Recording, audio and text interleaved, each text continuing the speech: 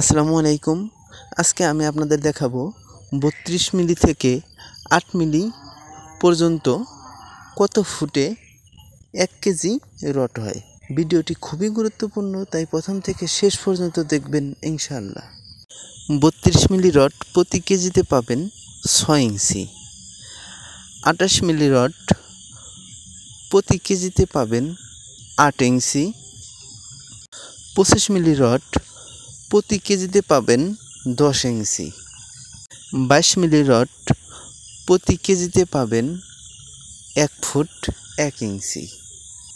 20 মিলি rod প্রতি কেজিতে পাবেন 1 ফুট 4 ইঞ্চি। 16 মিলি রড প্রতি কেজিতে পাবেন 2 ফুট 1 ইঞ্চি।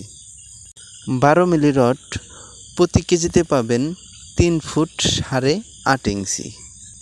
10 মিলি রড প্রতি কেজিতে পাবেন 5 ফুট 4 ইঞ্চি। 8 মিলি রড প্রতি কেজিতে পাবেন 8 ফুট 3.5 ইঞ্চি। ভিডিওটি ভালো লাগলে চ্যানেলটি সাবস্ক্রাইব করবেন ইনশাআল্লাহ।